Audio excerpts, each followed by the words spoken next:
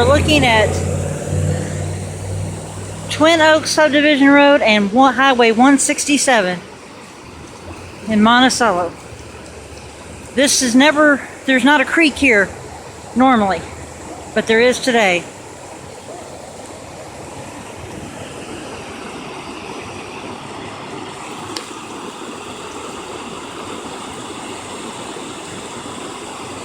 Is he going to try to cross that? I think he is.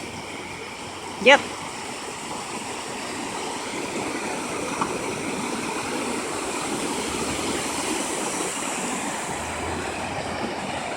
Missouri Hollow across the road is covered in water.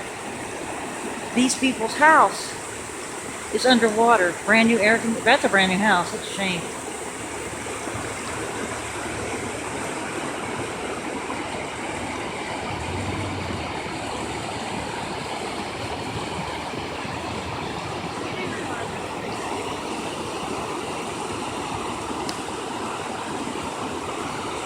Rescue workers